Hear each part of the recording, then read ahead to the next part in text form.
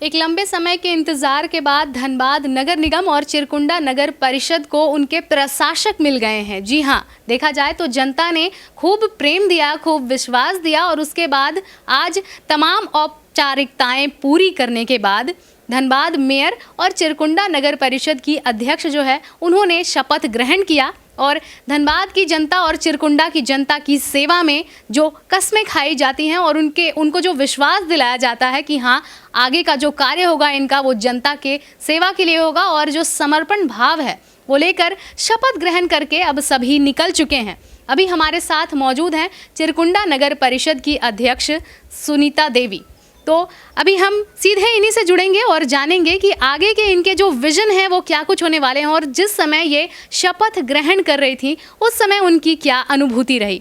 सबसे पहले तो आपको बहुत बहुत बधाई, आज तमाम औपचारिकताएं पूरी करने के बाद आपने जो है अब चिरकुंडा नगर परिषद की कमान अब आपके हाथों में जाने वाली है। बताइए कैसा अनुभव था आपका जब आप शपथ ग्रहण कर रही थी? अनुभव तो बहुत अच्छा लगा क्योंकि ये हम लोग की मेरे तो 3 बार के पार्षद के बाद इस बार अध्यक्ष में चुनी गई हूँ। मेरी जो जनता है मुझे बहुत से आशीर्वाद दिए हैं कि मैं उनका जो भी काम हो उन पर मैं खरा उतरूँ और उनके लिए बस यही है कि हमेशा उन लोग अपना आशीर्वाद बनाए रखें मुझ पर और आगे जो भी काम हो वो करें।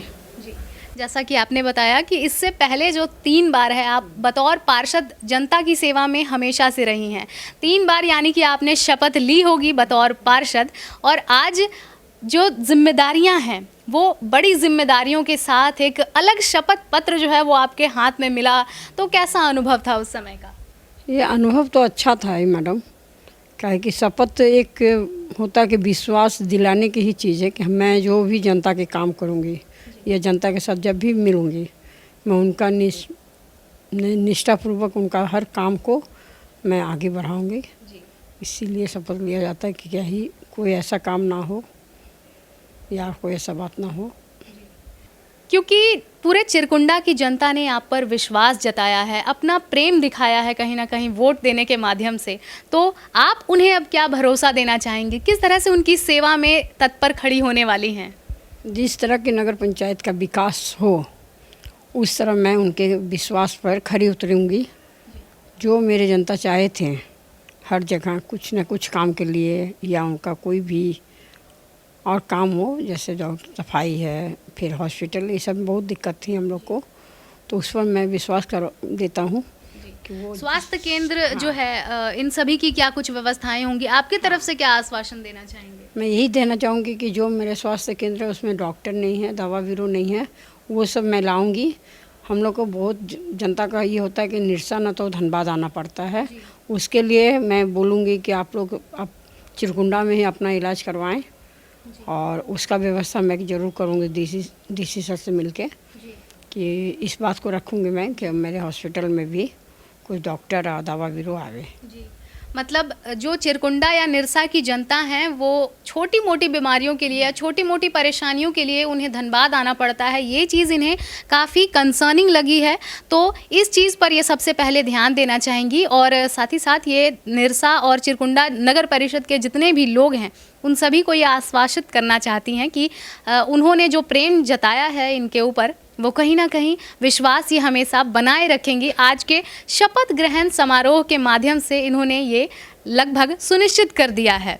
आगे की क्या आपके प्लान रहेंगे? पेयजल को लेकर के क्या कुछ आपकी मेरे यहाँ तो पेयजल की अब थोड़ा सा खाली 14-15 में थोड़ा सा पेयजल की मैंने समस्या है जो जल्द ही पूरी होंगे। उनका टंकी भी आ चुके हैं बनाने वाला मैंने जो है कार्य, और बाकी बात तो हर जगह पेयजल ठीक है हम लोग का तो वहाँ दिक्कत अभी नहीं था। 2 साल 3 साल पहले जो दिक्कत था उससे बहुत हम लोग ही पाए हैं कि पेयजल का कोई समस्या अभी नहीं है। आप चूँकि वार्ड पार्षद भी रह चुकी हैं तो आप तमाम पार्षदों की जो परेशानियां होती हैं और उनके जो पहलू होते हैं वो सभी को भली भांति समझ पाती होंगी, तो तमाम वार्ड पार्षदों से क्या अपील करना चाहेंगी आप? पार्षदों से यही अपील करना चाहूँगी जो उनके वहाँ की जनता है, जो वार्ड के जनता है, उनके बातों को सुने, उस पर अमल करें और जो काम बाकी हैं अगर उनसे होता तो वो अपने करें, नहीं तो हमसे अगर बोले कि कि अध्यक्ष जी आपसे ये काम होगा, करवा दीजिए, तो हम कोशिश करेंगे कि हम उनके बातों को वोट में रखेंगे और कहीं भी अगर ऊपर जाना हो तो उनका बात को लेके मैं उन पर खरे उतरने की कोशिश करेंगे। मतलब ये तमाम वार्ड पार्षद मान सकते हैं कि आपके नेतृत्व में तमाम जो वार्ड पार्षद हैं वो कुशल कार्य कर सकेंगे। कर सके, हाँ। तो एक सवाल मेरा आपसे और रहेगा, चूँकि अभी जो उप अध्यक्ष है चिरकुंडा नगर परिषद का, उनकी जो वोटिंग है प्रक्रिया वो चल रही है और आप यहाँ पर हैं, तो आपको क्या लग रहा है तमाम लोगों का रुझान जो है वो किस ओर है? अगर कुछ एक नाम अगर बताने हो तो वो किसका नाम हो सकता है इस रेस में? मैडम अभी तो कुछ नहीं बता सकूँ क्योंकि मेरे 2100 जो पार्षद है मेरा अपना है। मैं उनके थ्रू जो भी चुन के आएंगे उनका मेरे यहाँ स्वागत रहेगा और उनके साथ मैं मिलकर हमेशा काम करूँगी। ऐसा सुनने में आ रहा है कि कुछ लोग अपनी दावेदारी जो है वो वापस भी ले रहे हैं, तो क्या लग रहा है? मुझे तो मैं अपने नीचे रूम में बैठी हूँ, उसके बारे में तो मुझे अभी पता नहीं है क्या हो रहा क्या नहीं। अब उसके बाद जैसे उपाध्यक्ष चुना जाए तब मैं उनके साथ जाके मिलूँगी, फिर उनको बधाई दूँगी जो भी हो।